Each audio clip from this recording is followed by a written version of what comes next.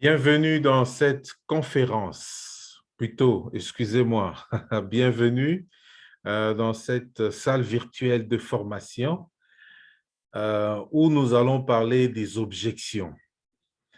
Vous savez, dans notre business avec Forever, nous avons deux types de personnes. Il y a des gens qui se sont formés et qui estiment qu'ils connaissent tellement de choses. Et à ce moment-là, ils n'ont plus besoin de formation. Il y a aussi d'autres personnes de l'autre côté qui, eux, estiment qu'ils ont toujours besoin d'améliorer leur performance et voilà pourquoi ils vont toujours se former. Alors, entre les deux types de personnes, ce que nous avons remarqué, c'est quoi? Ce que les gens qui arrêtent de se former, je veux vous le dire, sont des personnes qui, à un moment, se plafonnent. C'est-à-dire leur niveau de connaissance s'est arrêté. En fait, la croissance par rapport à leur niveau de connaissance s'est arrêtée et du coup, leur niveau de pratique s'arrête aussi. Donc, leur niveau au niveau action s'arrête aussi. Et quand ça s'arrête à ce niveau-là, ils sont plafonnés et dans l'action et dans la connaissance. La conséquence est que même les résultats finissent par plafonner.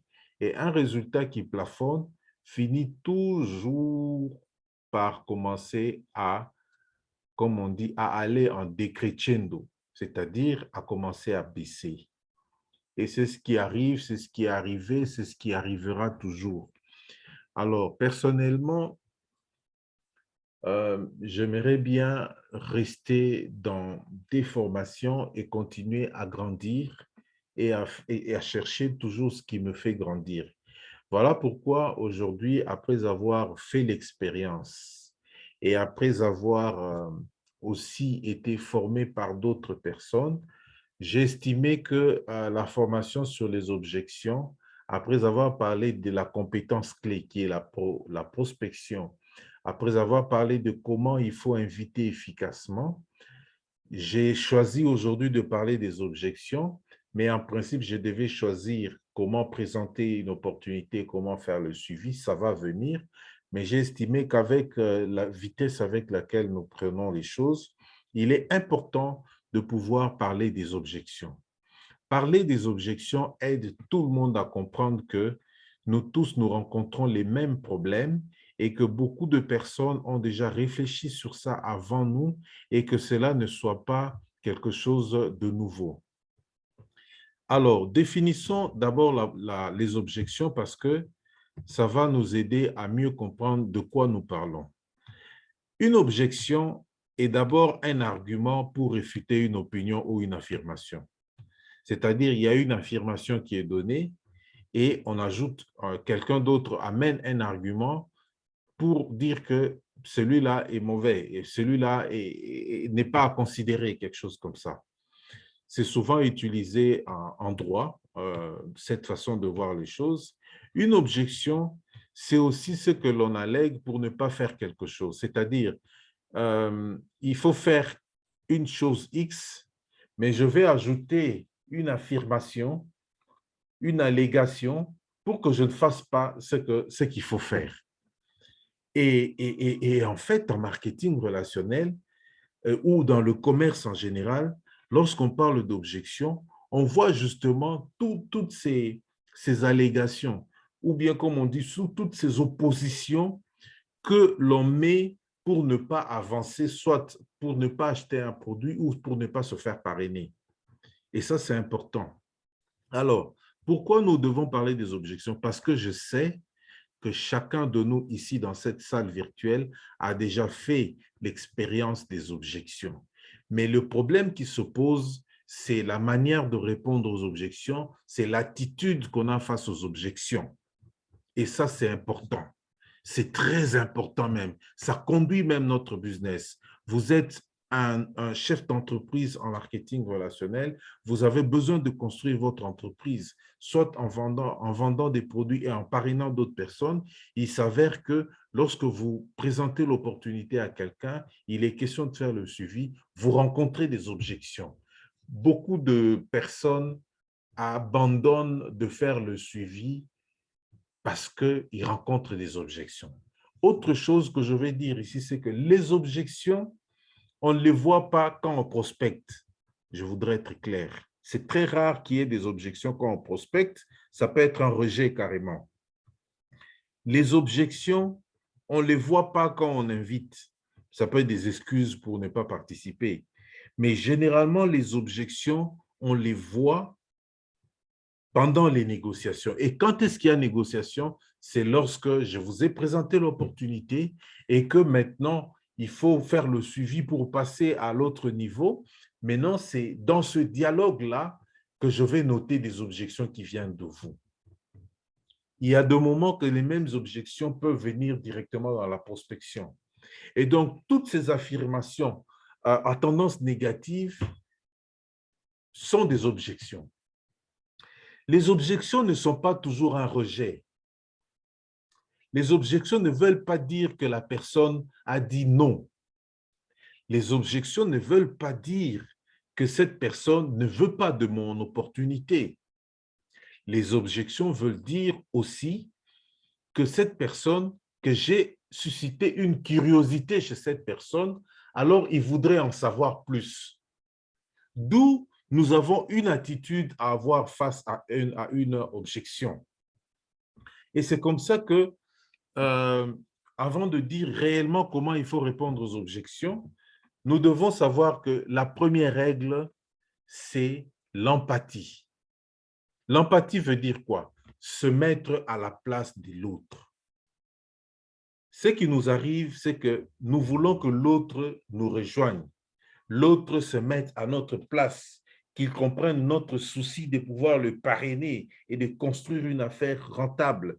Mais nous oublions que c'est nous qui devons nous mettre à la place de l'autre.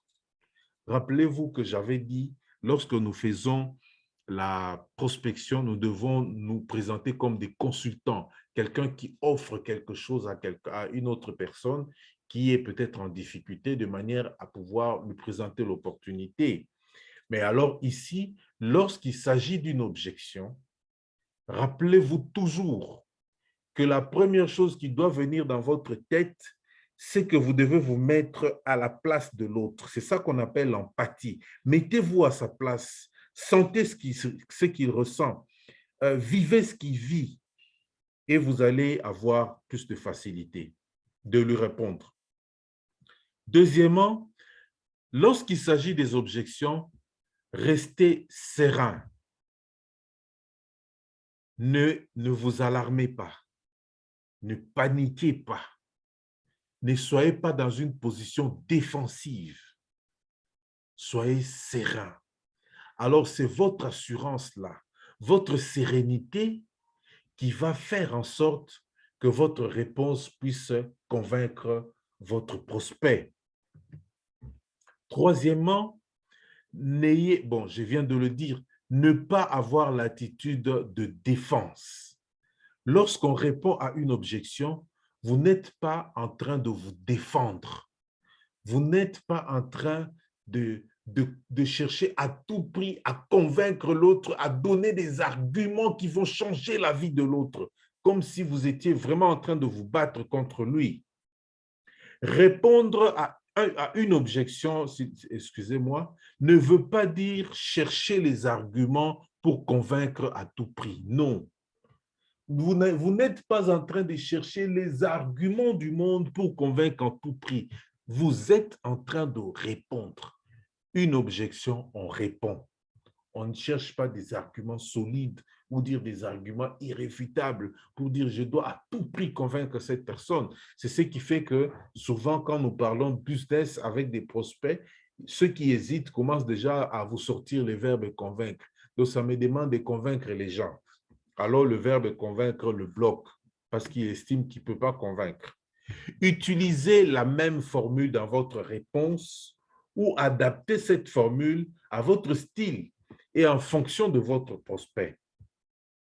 Répondre aux objections, c'est utiliser aussi un script. Vous allez vous rendre compte que depuis que j'ai commencé à parler de la prospection, de comment inviter et aujourd'hui de répondre aux objections, je suis toujours en train de vous ramener dans des scripts parce que ces scripts ont fait des preuves.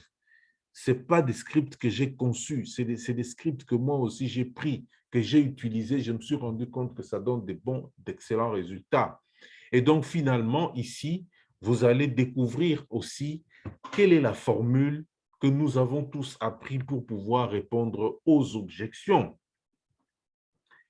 Quelles sont les formules que vous allez utiliser? Comment il faut répondre? La formule de « je vous comprends, moi aussi j'étais comme vous et voilà ce que j'ai découvert ». Je vous comprends, moi aussi j'étais comme vous et voilà ce que j'ai découvert. En fait, ici, lorsque vous commencez par « je vous comprends », vous êtes en train, vous manifestez de l'empathie. Quelqu'un vous donne une objection, au lieu de commencer à vous défendre, à casser ses arguments, vous commencez par lui dire « je vous comprends ». Moi aussi, j'étais comme vous. Ça peut être aussi, moi aussi, je pensais comme vous. Moi aussi, j'avais la même impression. Moi aussi, je me disais la même chose. Je vous comprends. Mais après avoir pratiqué, voilà ce que j'ai découvert. Ça marche, hein? Ça, c'est une façon de manifester de l'empathie, de vous mettre à la place de l'autre, de vous mettre à la place du prospect qui a créé, qui, on peut dire, qui a soulevé une objection. Et deuxièmement, regardez cette phrase. Je suis d'accord avec vous. Moi aussi, je pensais de la même façon. Mais après avoir effectué mes recherches, voilà ce que j'ai découvert. Je suis d'accord avec vous. Moi aussi, je croyais que c'était ainsi. Mais après avoir checké moi-même sur Internet, je me suis rendu compte que ce n'était pas en réalité cela. La formule est la même. Je comprends, je suis d'accord avec vous. Vous entrez dans l'empathie. Je comprends, je suis d'accord avec vous. Vous entrez dans l'empathie. Moi aussi, je pensais la même chose que vous. Vous lui montrez que vous étiez comme lui. Vous vous mettez à sa place, que vous avez la même situation et vous le sortez de là pour lui dire, quand j'ai effectué des recherches, je me suis rendu compte que ce n'était pas ça la situation. À ce moment-là, vous le poussez. En fait, la suggestion que vous avez donnée ici, c'est que lui-même peut faire aussi des recherches et il peut se rendre compte que c'est différent. La deuxième suggestion que vous avez donnée ici, c'est qu'il y a de l'assurance, à dire que moi aussi, à un moment, j'ai pensé comme vous, et donc il se retrouve, il se voit en vous, et à la fin, vous lui dites, non, actuellement, je me suis rendu compte que tout ça était faux parce que moi-même, j'ai expérimenté autre chose. Je ne sais pas si on se comprend à ce niveau. Ici, c'est la formule, je voulais dire magique, mais ne prenez pas magique, mais c'est la formule qui a été et que nous avons tous utilisée lorsqu'il s'agit des objections.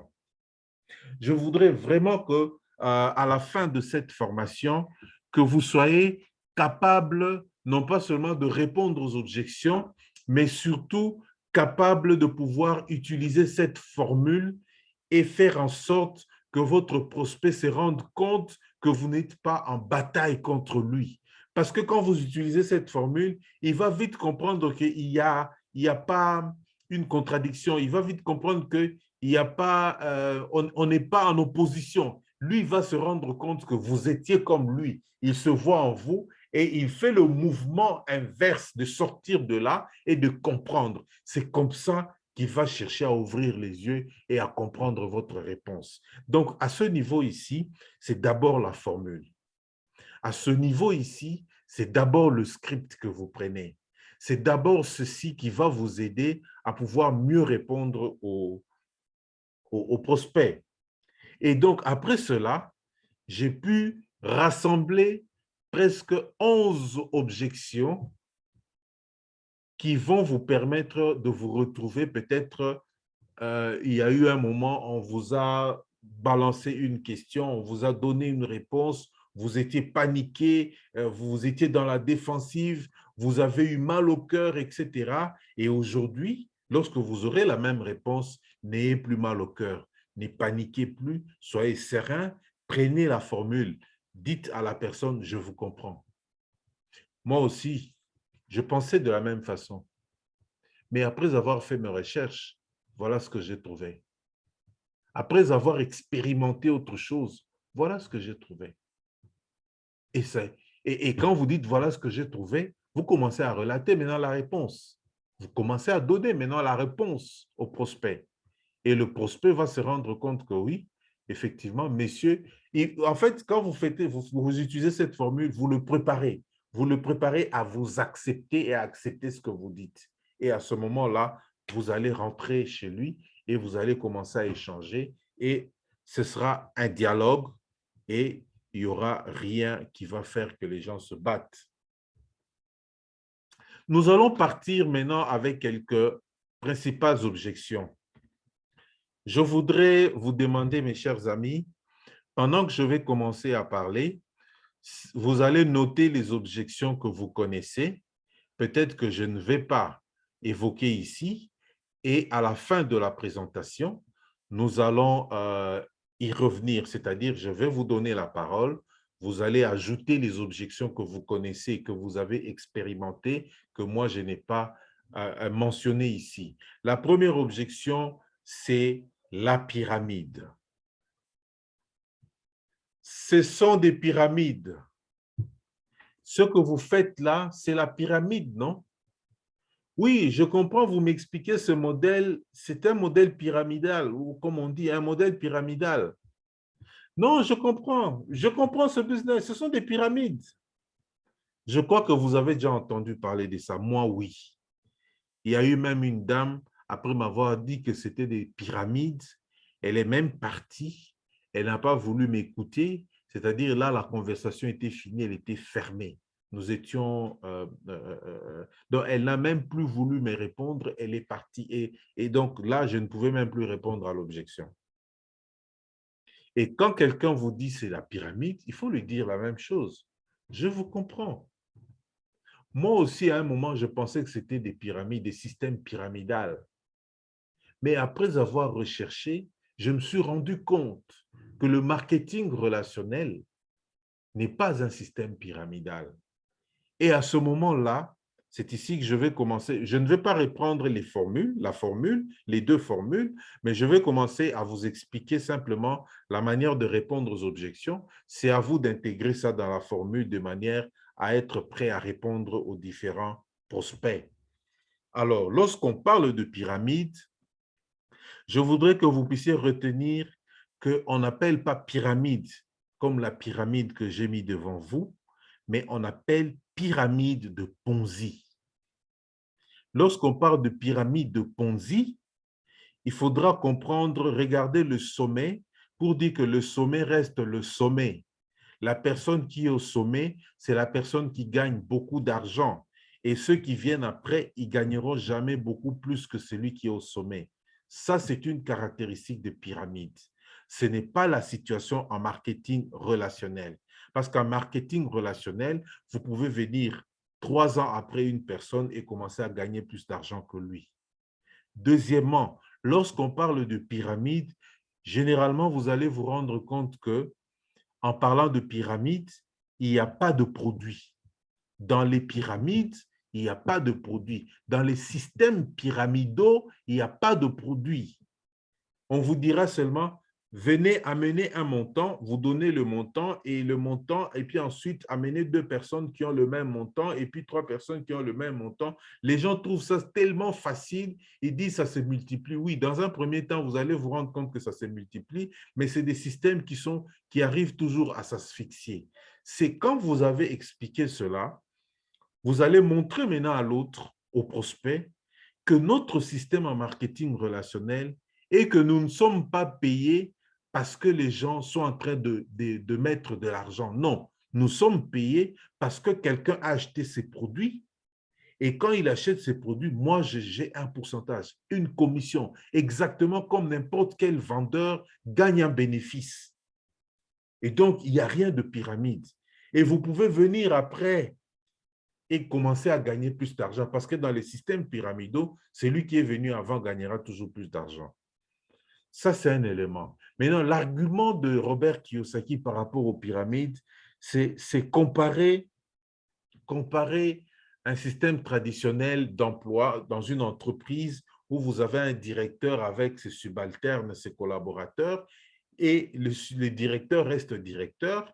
Tant qu'il est là, il gagnera toujours plus d'argent que les autres qui sont plus bas. Et donc, Robert Kiyosaki explique ça pour dire, ça, c'est une vraie pyramide. Mais en marketing relationnel, rien de tout cela n'est vrai. C'est-à-dire, ce n'est pas parce que moi, je suis manager senior que je vais prétendre gagner plus d'argent qu'un manager leader, par exemple. Ce n'est pas parce que XY est manager saphir qui va prétendre gagner plus d'argent qu'un manager senior. Non, ça ne se vérifie pas. Tout dépend de votre niveau de travail et vous pouvez produire plus d'argent que des gens qui sont même du niveau plus élevé que vous. Ça, je vous garantis, parce que c'est comme ça que ça se passe. Vous pouvez venir après et commencer à gagner plus d'argent que celui qui est venu 10 ans avant vous. Donc ça, c'est des arguments qui vous permettent de pouvoir dire, lorsqu'on vous dira un jour, si vous ne l'avez pas encore, si on ne vous a jamais dit ça, vous allez donner ces arguments, vous allez donner cette réponse et montrer à l'autre que voilà, notre système n'est pas pyramidal. Lorsque nous passons à autre chose, on nous dit souvent, je n'ai pas de temps pour ce business. Je n'ai pas de temps pour ce business. La formule, elle est la même. Je ne vais pas reprendre la formule, mais je voudrais que vous puissiez maintenant collecter les informations qui vous permettront de répondre à un prospect qui dit qu'il n'a pas le temps. Je vous ai dit tantôt, c'est lui qui répond, qui répond parce qu'il vous a écouté. Ça veut dire, ici, là, ça se vérifie. Imaginez que vous voulez commencer à parler à quelqu'un de notre opportunité. Il vous coupe. Il dit, je n'ai pas de temps.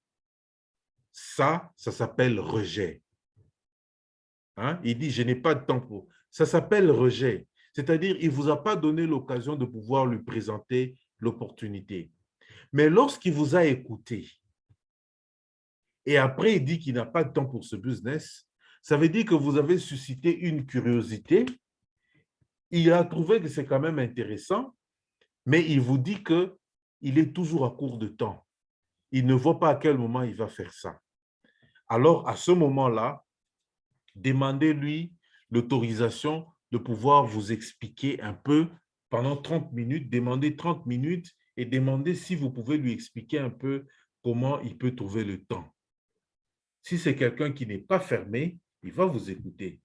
C'est à ce moment ici présent que vous allez lui montrer que nous avons tous 24 heures, 8 heures pour dormir, 8 heures pour travailler et 8 heures pour les temps libres, je crois. Lorsque vous rassemblez vous avez les 8 heures de dormir et les 8 heures de travail, il va vous dire que lui, il travaille beaucoup. Allez jusqu'à 10 heures. Quand vous terminez les 10 heures, il va se rendre toujours compte que 10 plus 8, ça lui fait toujours 18 heures. Et à ce moment-là, répartissez maintenant le temps qui reste. Qu'est-ce qu'il fait dans le temps qui reste? Prenons 1 heure pour aller au service, 1 heure pour retourner. Ça vous fait 2 heures. Il va toujours rester du temps. Et à ce moment-là, au finish, vous allez montrer à votre prospect qu'il ne manquera pas 1 heure par jour, qu'il ne manquera pas 30 minutes par jour. Je vous réfère ici à ma formation sur les 20 tactiques pour améliorer la performance. Ça je ne l'ai pas dit par rapport à la prospection ou par rapport aux objections, je l'ai dit par rapport à nous-mêmes. Nous devons organiser notre temps et trouver 1 heure ou 2 heures par jour et il y en a toujours. Donc, vous pouvez vous référer à cette formation. Vous allez voir que j'ai présenté ça de cette façon, mais là, c'est la même chose que vous pouvez montrer à votre prospect. Montrez-lui simplement qu'il, ou bien si vous voulez ne pas parler de 8 heures, 8 heures, 8 heures, posez des questions claires. vous dormez pendant combien de temps? Il vous dira, je dors de telle heure à telle heure. OK, notez c'est combien d'heures? C'est 21, c'est 8 heures. Ça peut être même 7 heures, ça peut être 6 heures, ça dépend des adultes dorment parfois 6 heures de temps. Et ensuite, vous allez lui poser la question, vous travaillez pendant combien d'heures? Il va vous dire, non, moi, je travaille pendant 10 heures. Je suis au bureau de 7 heures à 18 heures. OK, notez, ça fait 11 heures de temps, plus les 6 heures ou les 8 heures de sommeil, etc. Et vous allez lui dire, bon, vous faites combien de temps entre aller au service et retourner? Ça vous fera peut-être une heure s'il y a des embouteillages et tout. Quand vous rassemblez tout cela, à la fin, vous allez lui dégager 1 heure du temps ou 2 heures du temps. C'est comme ça. Et vous allez lui dire, maintenant, si vous donnez 1 heure de temps à votre business, à ces business comme activité, sachez que vous pouvez produire assez d'argent et que vous êtes constant, bien sûr, vous pouvez produire assez d'argent pour que vous puissiez dégager du temps. C'est à ce moment-là que ce business va vous offrir le temps et vous aurez fini de répondre. Le reste, c'est que la personne doit être ouverte pour vous écouter. Si la personne est fermée, il n'y a pas de conversation, il s'en va, il s'en va. Mais s'il est ouvert, à ce moment-là, vous lui expliquez et certains éléments de réponse vont l'aider à pouvoir décider. Il vous est arrivé de rencontrer un prospect qui vous dit, vos produits sont chers. Vous avez des produits, oui, parfois c'est efficace, mais vos produits coûtent cher. Comme samedi, comme vous savez que j'ai l'habitude de laisser les prospects et les invités dans la salle me poser des questions, j'aime me livrer à ce jeu de questions-réponses. Ça me permet de m'évaluer, mais ça permet aussi d'évaluer le niveau d'intérêt de la salle. Et voilà qu'une dame m'a posé la même question. Ça, c'est une objection. J'ai toujours entendu que vos produits coûtent cher. Évidemment, vous pouvez lui dire, oui, effectivement, je vous comprends. Moi aussi, à un moment, je pensais que les produits étaient très chers. Mais lorsque j'ai regardé, je me suis rendu compte que 1% de la population peut acheter nos produits. Ça, c'est le premier argument. Beaucoup de personnes parlent de smartphones, je vais vous en parler, mais le premier argument, c'est que vous devez retenir que dans une population, 1% de la population, les études ont montré qu'1% de la population peut acheter nos produits. Kinshasa a 14 millions d'habitants, vous faites 140 000. Vous avez la ville comme Bukavu qui doit avoir autour de 2 millions et demi d'habitants, 2 millions d'habitants à peu près. Vous avez 200 000 personnes qui peuvent acheter les produits, plutôt non, 20 000 personnes qui peuvent acheter les produits. Nos réseaux ne sont pas des réseaux aussi grands pour générer beaucoup d'argent. Vous pouvez continuer comme ça à analyser les villes et vous allez vous rendre compte que les gens qui peuvent acheter nos produits sont là. Et un business rentable ne table pas sur l'ensemble de la population.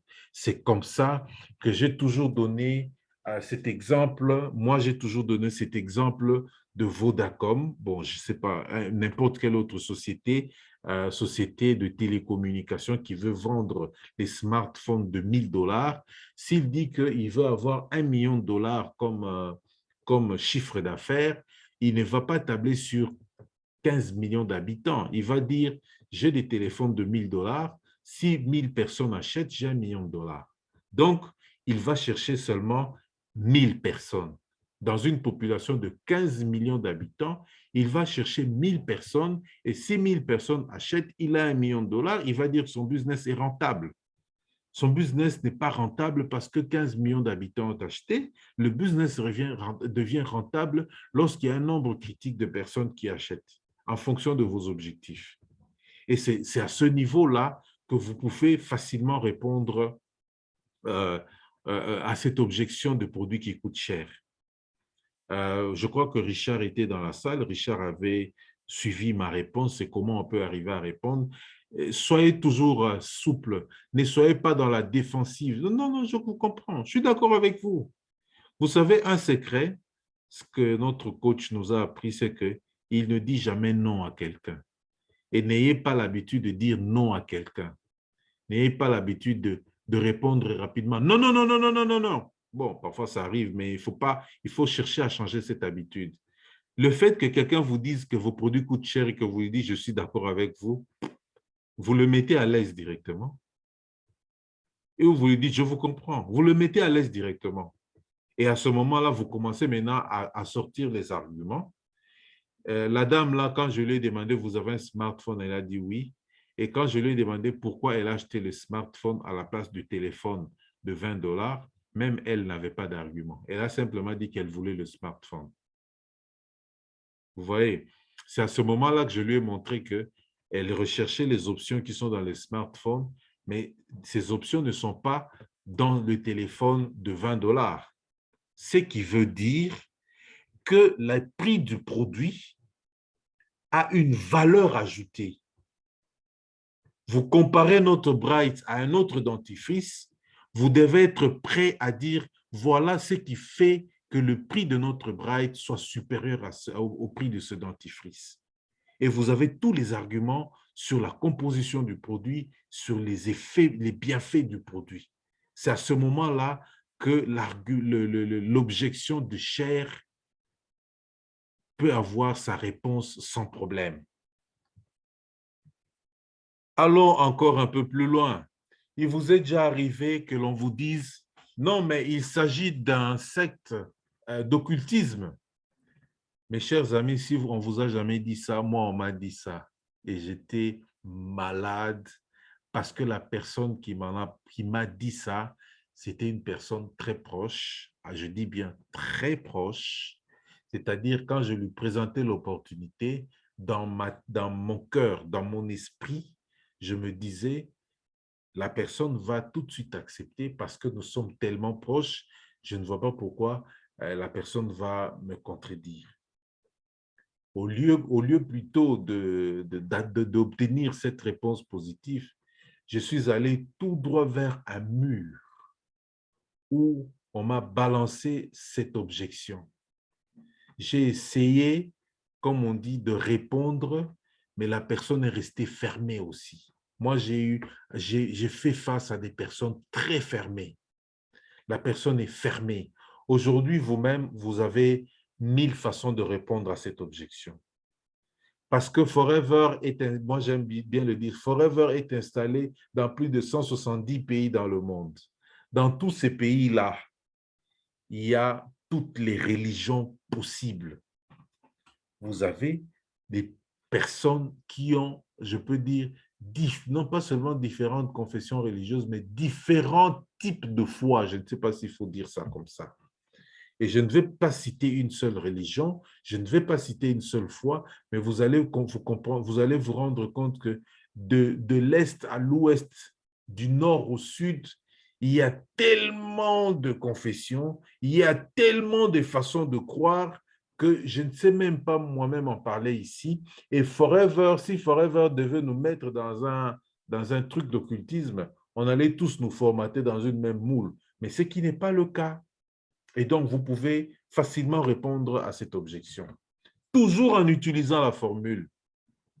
Il vous est arrivé, par exemple, que quelqu'un vous dise « je ne connais pas les gens ». Ce sont des objections qui reviennent souvent, ce que je suis en train de vous présenter. Je ne connais pas les gens. Il dit, je vous rappelle, hein, ça c'est entre nous. Même Dr Flore m'avait dit un jour, je ne connais pas les gens. Elle venait de commencer le business.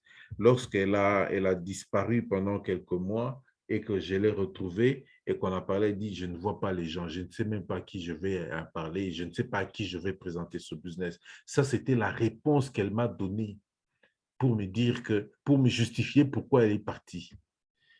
Et c'est comme ça que quand j'ai ouvert les réseaux sociaux, elle s'est rendue compte qu'il y avait beaucoup de gens. Et cela fait de lui un manager. Donc, mes chers amis, vous allez rencontrer des gens qui vont dire « je ne connais pas les gens ». Ici, c'est beaucoup plus simple. C'est encore plus simple à répondre. Comprenez toujours la personne, mettez-vous à sa place, mais montrez-lui. Simplement, vous pouvez utiliser l'alphabet pour lui montrer que dans l'alphabet, il y a des gens qui commencent par A, des catégories des personnes qui commencent par B, des catégories des personnes qui commencent par C, et commencer simplement à étaler cela pour que la personne ait maintenant une idée plus claire. C'est-à-dire, parfois quand on dit « je ne connais pas les gens », c'est tout de suite, l'objection veut dire que ce business marche pour des gens qui connaissent des gens, pour des gens qui sont peut-être extravertis, qui ont des facilités de relation, pour des gens qui sont dans des milieux où il y a beaucoup de fréquentation, pour des gens qui sont dans des services où il y a des gens qui viennent et qui partent, et ils se disent, peut-être eux, ils ne sont pas dans cette situation et donc ils ne connaissent pas assez de monde, leur business ne va pas marcher. C'est à ce moment-là que vous allez leur montrer qu'ils peuvent arriver à trouver des gens partout. C'est-à-dire ici, vous montrez seulement qu'ils fréquentent tel milieu, peut-être l'église, ils fréquentent tel milieu, peut-être c'est son lieu de travail, ils fréquentent un autre milieu. Vous pouvez poser même des questions, aller dans les entretiens pour voir que c'est des gens qui appartiennent peut-être à un club. Il y en a même qui vont vous dire non, moi je suis souvent à la maison, d'ailleurs je ne sors presque pas. Vous lui posez la question, vous avez un compte Facebook? Il va vous dire oui. Alors, entrez là-dedans, vérifiez si vous ne connaissez pas les gens. Vous passez toute la journée à la maison, mais vous échangez avec des gens qui sont vos amis virtuels. Vous les connaissez. Voilà, vous avez la possibilité de pouvoir exploiter cette objection. Alors, comme je dis toujours, ne paniquez pas, ne manquez pas d'arguments, répondez simplement de manière à ce que le prospect comprenne. Il y a des prospects qui avancent une objection. Quand vous avez répondu, il va sortir une autre objection. Et quand vous répondez, ce sera la troisième objection. Donc, c'est comme ça que se fait le suivi, en fait. Là, les objections, vous les aurez dans les suivis. Mais nous parlerons de suivi, je crois, la semaine prochaine. Alors, il vous est arrivé aussi qu'un prospect vous dise, bon, écoutez, envoyez-moi de la documentation. Ici aussi, soyez prudent. À quel moment il vous a dit de lui envoyer de la documentation? Vous n'avez rien dit. Supposons que vous n'avez rien dit. Vous lui avez seulement dit que vous voulez lui parler de ça, de l'opportunité. Il vous dit, envoyez-moi de la documentation, je vais lire. Ça veut dire qu'il ne veut pas. Ça s'appelle rejet. Parce qu'il ne veut pas. Il ne vous a même pas écouté. Et il demande de la documentation. Il ne va pas lire, c'est un rejet. Deux, il peut vous écouter partiellement et vous dites, bon, envoyez-moi de la documentation, je vais exploiter. Là, sachez-le, vous avez suscité un élément de curiosité. Trois, il peut vous écouter jusqu'à la fin et puis après, il dit, envoyez-moi de la documentation. Ça veut dire qu'il veut s'imprégner de tout ce que vous avez dit. Alors, soyez très prudent quand vous répondez à ce niveau ici. Un prospect qui vous dit, envoyez-moi de la documentation, demandez-lui s'il peut vous donner même 5 minutes pour que vous puissiez lui présenter ce que vous voulez lui présenter avant que de lui envoyer la documentation. S'il continue à dire non, ça veut dire passer, parce que là, il est fermé. Celui qui vous a écouté et demande la documentation, faites comme Eric Horry dit, je vais vous envoyer la documentation et vous voulez que je vous relance dans 48 heures. S'il dit non, non, non, dans 48 heures, je ne vais pas finir, relancez-moi dans 5 jours, vous notez que dans 5 jours, vous allez relancer la personne. À ce moment-là, soyez souple parce que ici, là, il s'agit de quelque chose qui va peut-être vous aider, vous, parce que lui, il veut peut-être s'approprier de tout ce que vous avez dit, il veut lire lui-même et comprendre si ce que vous avez dit correspond à ce que lui va lire. Et donc, vous devez lui donner du temps. Ça peut être 48 heures. C'est comme moi, les prospects de samedi. Je crois que Richard était dans la salle. Il y a un qui m'a dit, OK, en tout cas, je suis partie prenante, mais voilà, la situation est la suivante. Je voudrais voir quels sont ces produits et ensuite, comment vous gagnez de l'argent. Je lui ai dit, vous avez posé deux problèmes, le problème du plan marketing et le problème du produit catalogue. Je vous envoie les deux et je vous donne 3 jours le temps de lire et je vais vous relancer. Donc, c'est demain mardi que je vais le relancer. Il y a un autre aussi qui a demandé la même chose. Lui, d'ailleurs, il n'a pas posé de question. Il m'a seulement posé la question sur les 406 $ et 545 $. Quand j'ai expliqué, il a dit, OK, je retiens 406 et 545 $. Envoyez-moi aussi la documentation parce qu'il y a toujours un effet miroir. il a suivi l'autre. Envoyez-moi aussi comment on gagne de l'argent. Et l'autre, je lui ai dit, bon, ça va vous aider à pouvoir décider. Voilà. Il y a un autre qui m'a... Bon, voilà, je vais en parler, mais ici, c'est j'ai envoyé de la documentation, je leur donne le temps. Je ne suis pas en train de bloquer, mais je leur donne le temps. Mais c'est lui qui vous demande la documentation. Avant de vous avoir écouté, demandez s'il peut vous écouter pendant 5 minutes, parce que ce qui est certain, c'est qu'il ne va pas lire. Si vous écoute pas, même pendant 5 minutes, c'est qu'il ne va pas lire. Et donc, soyez prudents par rapport à ça. Il vous est aussi arrivé qu'un prospect vous dise, je travaille déjà avec une autre compagnie, n'importe laquelle. Je ne vais pas citer de compagnie ici. J'ai eu un prospect samedi aussi. En fait, je n'avais pas compris. Quand on a fini, il était très enthousiaste. Quand on a fini, il m'a dit, je vais vous écrire, hein, je vais vous écrire, je pars vite. J'ai dit, bon, ok, c'est un prospect qui est peut-être pressé. Il est parti. Et après, comme toujours, moi, je suis rentré à la maison, je l'ai relancé le soir. Et c'est alors il m'a félicité, il m'a jeté tellement des fleurs que si c'était des fleurs réelles, je crois que j'allais remplir peut-être ma chambre. Il a tellement parlé. Alors, il me dit, cependant, il travaille avec une autre compagnie en marketing de réseau.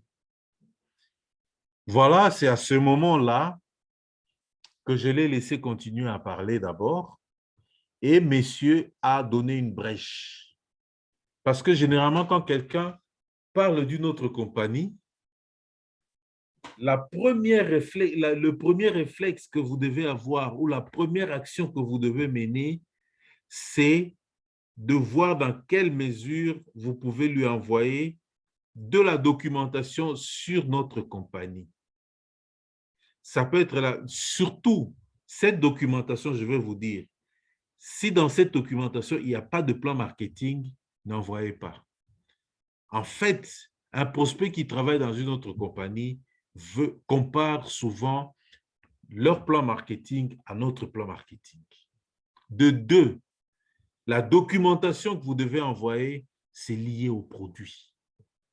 C'est comme ça que ce monsieur-là, il m'a dit, non, ils ont 4 produits, mais en tout cas, il aimerait bien aussi utiliser nos produits et le catalogue lui ferait plaisir parce qu'il pourra exploiter certains bienfaits des produits que eux n'ont pas.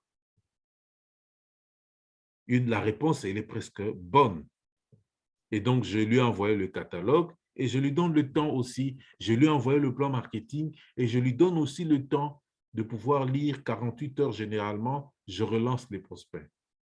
Donc, un prospect qui vous dit qu'il travaille déjà avec une autre compagnie, sachez-le, c'est le plan marketing qui peut l'intéresser. Et ensuite, les produits. D'abord, le plan marketing, parce que là, quand il verra les différents bonus, tout, il peut commencer à se dire, ici, on dirait qu'on gagne beaucoup plus d'argent. Il peut revenir avec des questions. C'est à vous maintenant de pouvoir vous mettre à répondre. C'est très important pour un prospect qui travaille avec une autre compagnie de lui apporter de l'information. S'il est d'accord, mais s'il n'est pas d'accord, ne donnez pas. S'il n'est pas d'accord, il est fermé. Ne vous donnez pas de la peine à ouvrir une porte fermée. Voilà, si la porte est entrouverte, alors faites introduire le plan marketing, faites introduire le catalogue de produits. Je me rappelle, il y a un manager diamant, Desmond Kong. Il est le diamant, je crois, de Thaïlande, de Malaisie. Il est diamant de Malaisie. Il nous avait expliqué à un moment qu'il débauchait les gens d'autres compagnies tout simplement à cause de notre plan marketing. C'est-à-dire, quand il présente le plan marketing, les gens tombaient amoureux de notre plan marketing. Il est tellement généreux et alors, c'est à ce moment-là qu'il changeait de compagnie et les rejoignait. Là, quand vous tombez sur quelqu'un qui travaille dans une autre compagnie et qui vous rejoint, sachez que vous avez un leader tout fait qui peut même vous dépasser. Qui peut même vous dépasser. Parce que son problème, ce n'est pas comprendre les MLM. Son problème, ce n'est pas de passer à l'action. Son problème maintenant, là, ce serait d'atteindre, de réaliser ce qui est écrit dans le plan marketing. À ce moment-là, il va agir directement. Vous aurez peut-être très peu de choses à lui montrer. Il est arrivé qu'un prospect vous dise, OK, rappelez-moi le mois prochain, au mois de septembre ou au mois d'octobre, etc., ou au mois de décembre. Moi, j'ai dit toujours au prospect, dites-moi, même si c'est en janvier de l'année prochaine, je vais noter dans mon agenda. Les gens s'amusent parfois et ils disent, et moi, je note. C'est comme ça que je ne perds pas le suivi des prospects. Il vous est arrivé qu'un prospect vous dise, OK, rappelle-moi le mois prochain. Je veux revenir sur ça. Est-ce qu'il vous a écouté? Est-ce qu'il a suivi l'opportunité?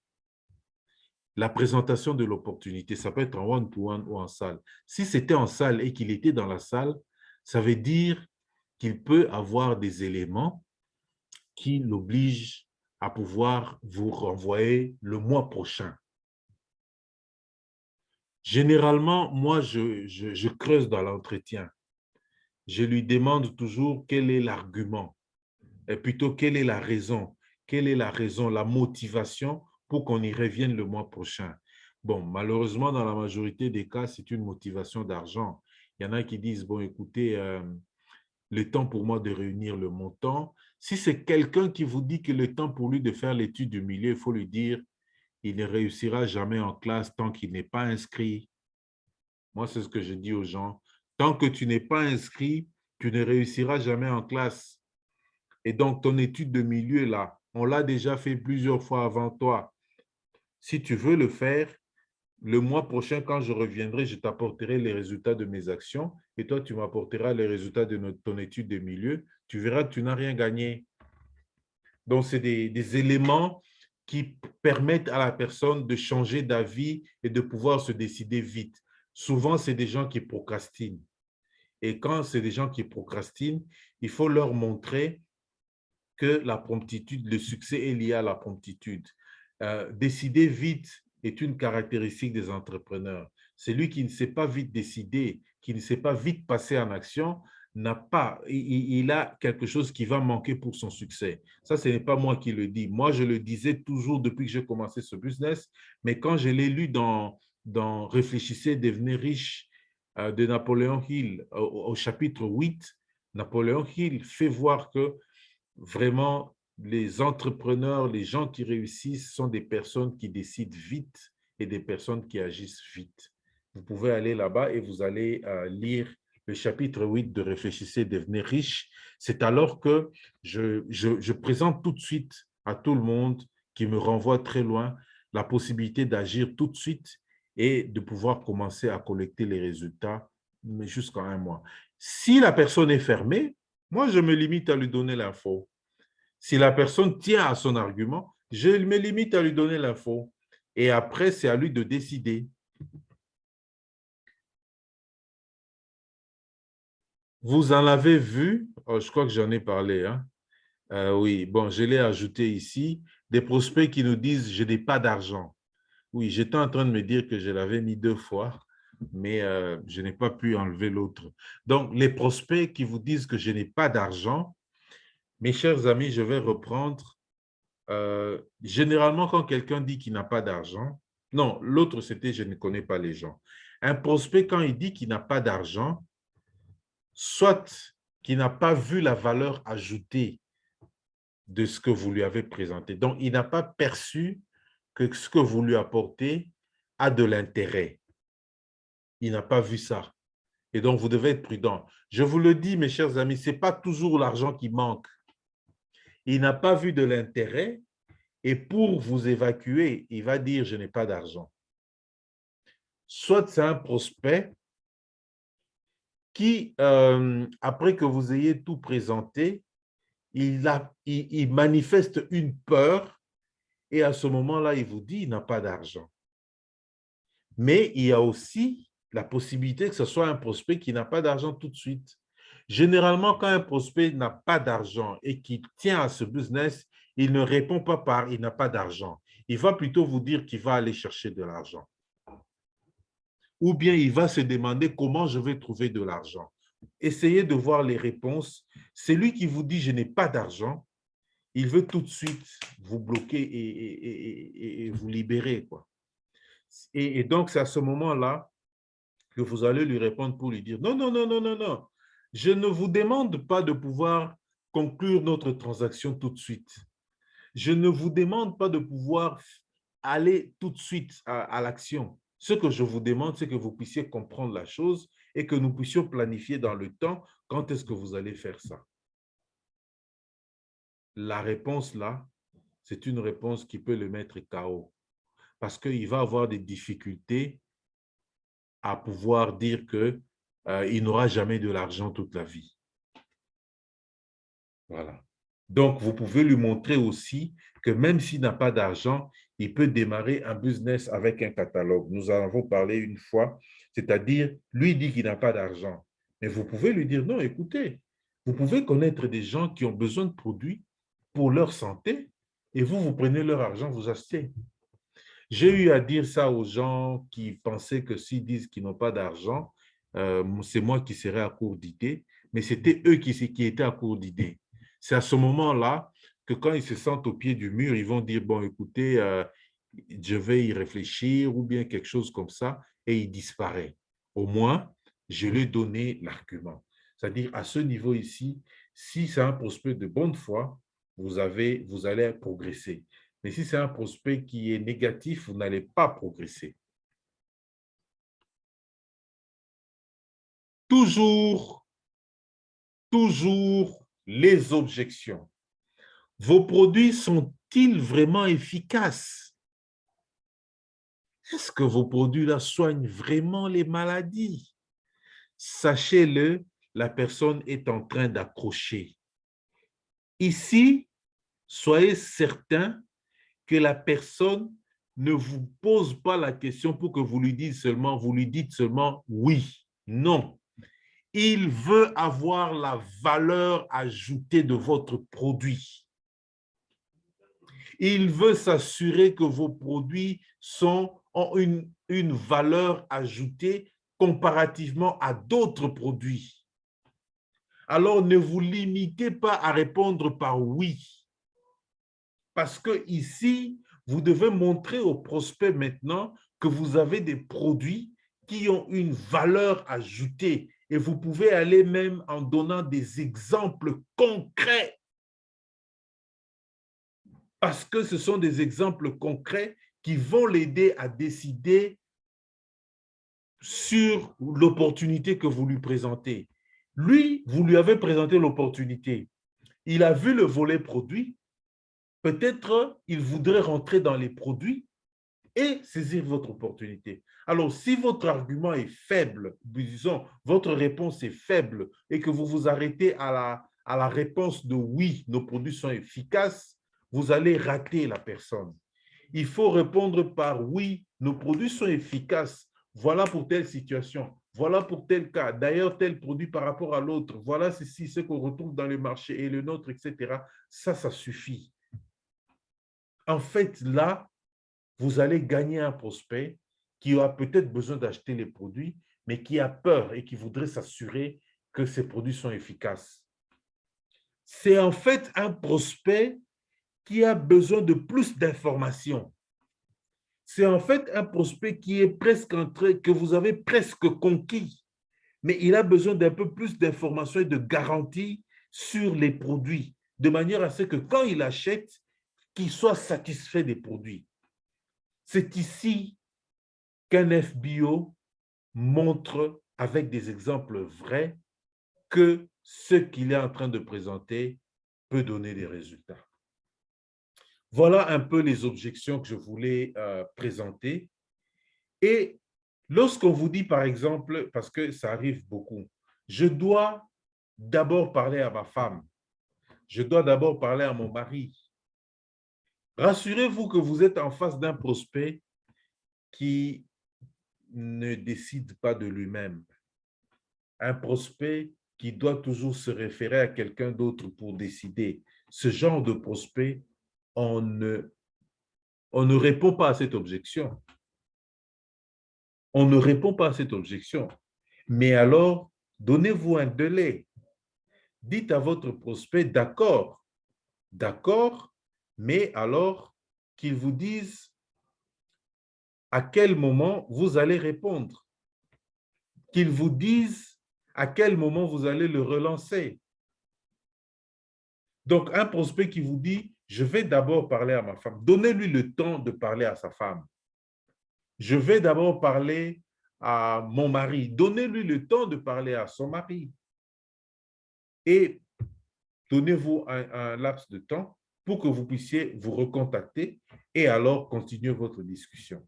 En fonction de ce qui va vous amener comme élément, vous allez voir si vous amène d'autres objections, auquel cas vous allez répondre encore, ou bien s'il va vous amener une réponse négative ou positive, etc. Mais d'abord, ça, c'est une objection qui vous permet de pouvoir donner au prospect le temps d'aller consulter d'autres personnes parce que c'est comme ça qu'il fonctionne. Il a un programme qui fait qu'il ne peut pas décider de lui-même sans avoir consulté quelqu'un d'autre. Et ce prospect-là, donnez-lui le temps. Donnez-lui le temps de pouvoir dire, OK, dans 48 heures, nous allons nous revoir. Ou bien, peut-être dans 3 jours, nous allons nous revoir pour pouvoir continuer notre discussion. Ou bien, c'est vous qui allez estimer après 48 heures, allô, vous allez bien dans le cadre du suivi. Je vous relance parce que je voulais savoir un peu comment vous avez pu parler avec votre femme. Qu'est-ce que vous vous êtes dit finalement? Alors, le prospect va vous répondre pour dire que voilà, si la réponse n'est pas bonne, elle est pas, il y a des objections, essayez de rencontrer monsieur et madame ensemble. Parce que il y a toujours un élément ici dont il faut tenir compte, c'est que c'est l'homme qui a suivi votre présentation, la femme n'était pas là et la femme peut être sceptique. Ou c'est la femme qui a suivi, l'homme n'était pas là, l'homme peut être sceptique. Alors, si vous les rencontrez ensemble, vous pouvez répondre aux différentes objections et ça permettra à ce que vous puissiez avancer avec eux. Voilà un peu un autre élément qui vous permet de pouvoir mieux voir les choses. Ceci est la fin de 11 objections que j'ai pu collecter et qui vous permet de pouvoir, revenir sur ce que nous entendons régulièrement avec les prospects. Il y en a qui vous disent, voilà, j'ai ceci, je n'ai pas d'argent, je ne connais pas les gens et tout, tout, tout, tout. Maintenant, vous avez d'abord la formule pour répondre. Je vous comprends. Non, moi aussi, je pensais que je ne connaissais pas les gens. Moi aussi, je pensais que ce business était bon pour des personnes qui connaissent les gens. Mais après avoir fait l'expérience moi-même, je me suis rendu compte que chaque jour, j'ai de nouveaux amis, etc., etc.